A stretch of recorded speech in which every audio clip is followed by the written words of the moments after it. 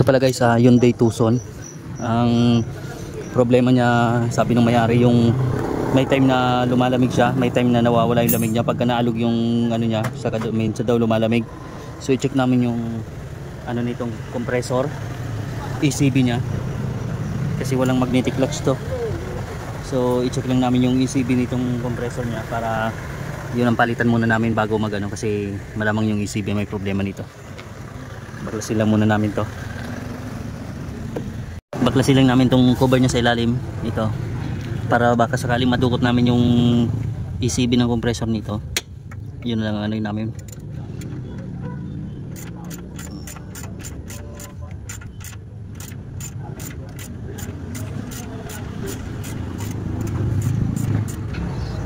Ito tanggal na. Oh yeah, dito lang muna.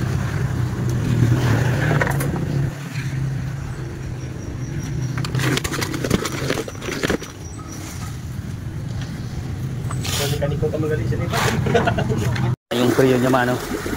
So ito i-release lang namin. I-release lang namin yung preo. Dadaan lang po para hindi sumama yung langis. Ha? Kahit na.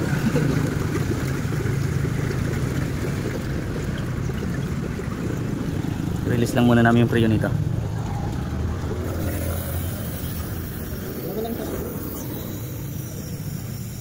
Sige, ano muna sa tubig.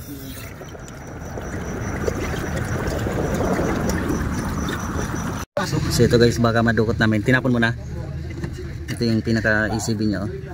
Yung sa sensor. Wala kasing magnetic clutch to, kaya ano, ito yung kadalasang ano nya, sira nya. Dahil minsan daw lumalamig siya tapos nawawala. Guys, yung compressor ng Tucson na Hyundai.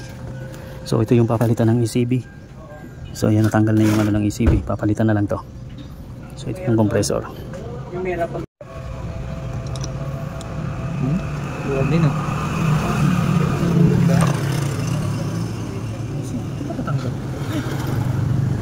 Ilan na natin?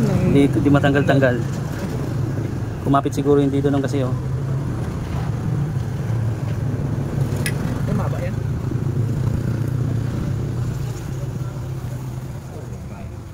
So guys, nakakapit na rin yung ano dito, yung ECB ng compressor ng Tucson. Ayan, nakakapit na. So pinipressurean na lang namin to.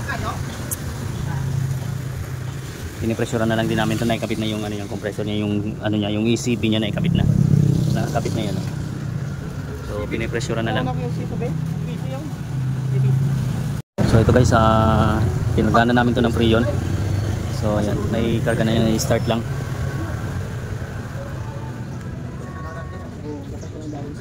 So guys, naka-start na to.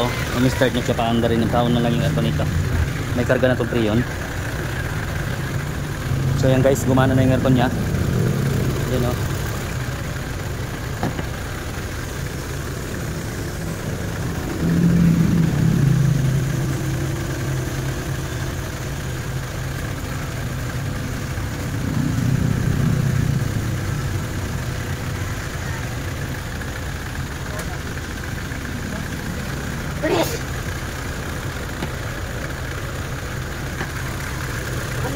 So yun, okay na. So bali, yung problema pala nito guys, yung ECB pinalitan namin kasi dahil di na siya lumalamig. So sira yung ECB nya. So ayan, okay na siya. Natin yung loob. Yan yung nakapull yung ano niya sir. Pull natin yung yan. Okay na to? Oo. Okay lang yan, tama lang yan. So yan, malamig na siya. Sa ano lang yun? ECB. Sulinod lang yun. ECB nya. So ayan, ganda na lamig doon, malamig na siya. So kumpletuhin ko lang yung preo nito guys. Check natin yung guys yung loob nito. Yan. So ayun.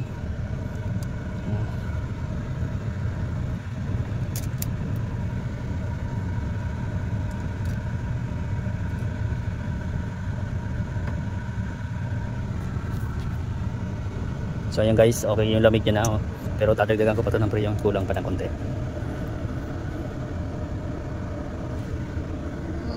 Tucson Hyundai.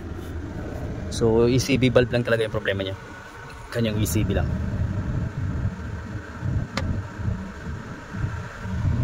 Ayan.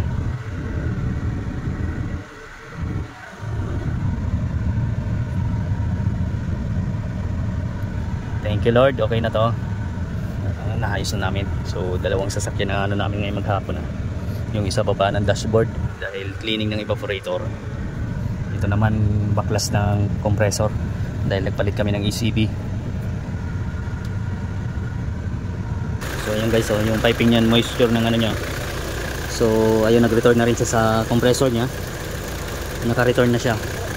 Yung moisture ng piping nandun na sa compressor niya, umabot na siya dun. So dagdagan ko na lang ito ng konti.